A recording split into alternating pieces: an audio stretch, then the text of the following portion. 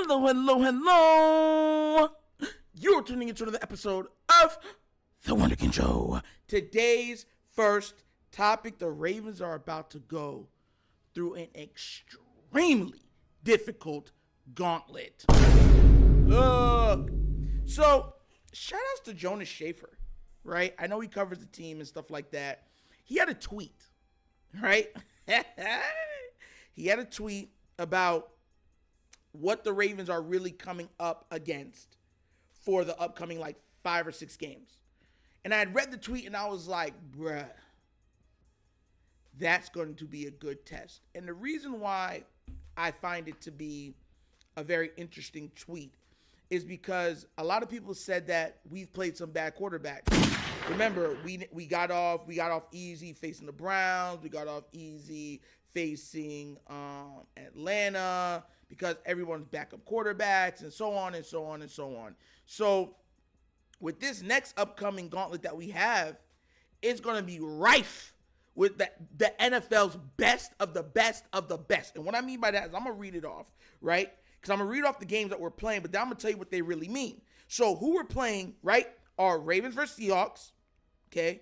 Ravens versus Browns again, okay? Ravens versus Bengals again, okay? Ravens versus Chargers, Ravens versus Rams, Ravens versus Jaguars, Ravens versus 49ers, Ravens versus Dolphins. And then we end the whole season with the Steelers. Let me tell you why that's crazy, right? The next 10 weeks, I'm going to read the tweet, I'm going to quote it. This is from Jonas Schaefer. The Ravens' next 10 weeks include games versus, check this out, NFC West leaders, right? AFC South leaders, NFL's number 2 defense, defending AFC North champs, NFL's best offense, and maybe the NFC's most talented team. That's going to be the gauntlet to end the season. And we already know, and the reason why I said the Steelers' name at the very last, not with everybody else, is because I'm to a point now where I think the Steelers, there's some foul play going on. And what I mean by that is somebody's working with the devil. Because think about it real quick. With the Steelers, people, all they got to do is score 17 to 20 points, right? As soon as you go up against the Steelers, all of a sudden, right, your offensive line can't block, receivers can't catch, running backs can't run, your quarterback somehow forgot how to throw, and your coach will do weird, nonsensical things that will have the Raven fans or any other fan base looking at them like, oh. And that's how we end the season.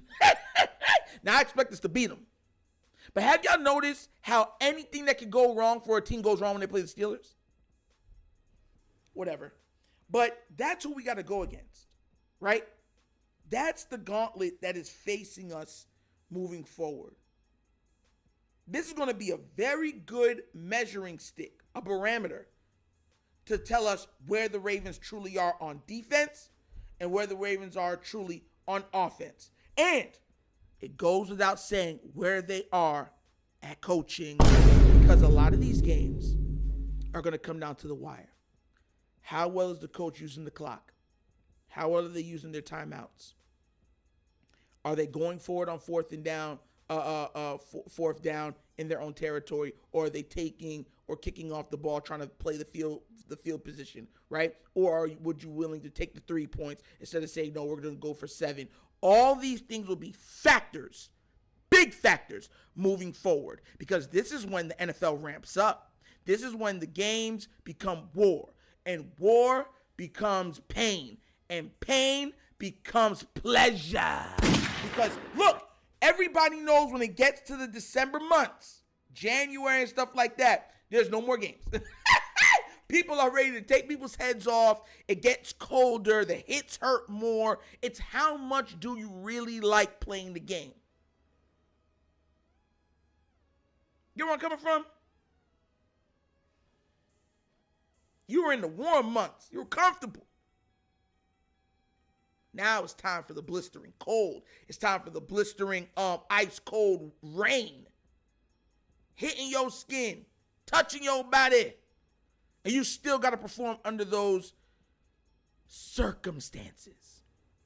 The Ravens have a hard road cut out for them. They really do. Because here's the thing. I don't truly believe that the Bengals are back.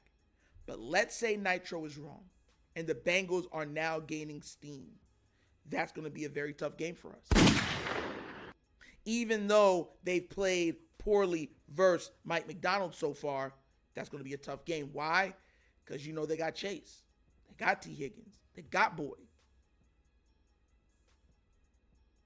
All these things are factors moving forward.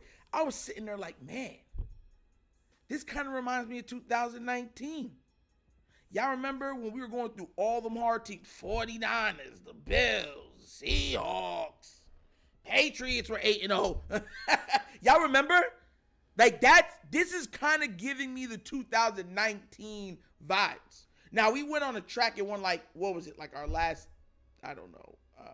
12 games or something like that. It was something like that. It was like our last 12 games we won consecutively. Because because we started off the season 2-2. And then we just raked off 12 straight. But this is going to show us, a lot of these games are going to show us where we are in the offense, defense, coaching, and special teams. And we're not going to be able to just play one half of football and get away with the win. And think, oh, we're just going to milk the clock. We'll be fine. Their quarterback really can't throw that well. Even if he connects on one, we'll be fine. Because remember, that's what bit us in the Steeler game. On top of the 150,292 drops. But whatever. That's gone. That's in the past. I think, once again, this will be tough. But I think it will harden us for the upcoming playoffs. Because it's not just going to test us physically. It's going to test us mentally. There's going to be times where it's not just about blowing out your opponent. It's if you can outthink your opponent, outlast your opponent. What's the old adage? The race is not for the swift, but for the strong. That's a biblical reference. I think the Ravens in the next 10 games will win at least on the low end 8 games. I'm being real. I think the worst they do in that stretch is 8-2. And you already know what the best is. They go rest of the way undefeated. But if they can figure out a way to perfectly mirror the offense and defense, this team will come out on top and be the favorites for the Super Bowl and reach the Super Bowl. But it's all if they can put it together. It's all if John Harbaugh can get out of his way at times. It's all if the coordinators call a smart game, using guys, exploiting the defense's weaknesses, and the defense, with Mike McDonald, exploiting the offense's weaknesses. Because sometimes it's not about what talent you have. It's about, can you exploit the most glaring weakness that team has. And remember, the Patriots made an absolute dynasty off of that. But what do you guys think? Do you agree with me? Do you agree that this is going to be an absolute gauntlet of dreams and nightmares? Or do you think that, this ain't nothing, we should go undefeated, it's going to be easy, or whatever else it is? Let me know down in the comment section, all right? Because I'm telling you, I think this is going to be tough. And I think we have a lot to look forward to, good and bad. But, as always, that's another episode of The Wunderkind Show! Thank you for watching. You know how we get down. We have fun and we laugh. But everything we talk about are rooted in what? Facts and truth. Please do remember, like, subscribe, hit that notification bell, leave a comment. You know I love the comments. And if you have not done so already, check out The Wunderkind Show's Patreon. Yes, 3 tiers of content goodness waiting for your consumption. Give it a look. Give it a try. Let me know what you think. And at the bottom of the screen is a QR code. QR code's for a Cash App. Cash App's located in the description of every video that we do. And the name of it is The Wunderkind Show. That's for all the equipment. If you want to help with equipment, that's how you do it. But once again, it's The Wunderkind Show. The show's Nectar signing off, and as always, you know my slogan. Peace. And I am out of here. Yerp.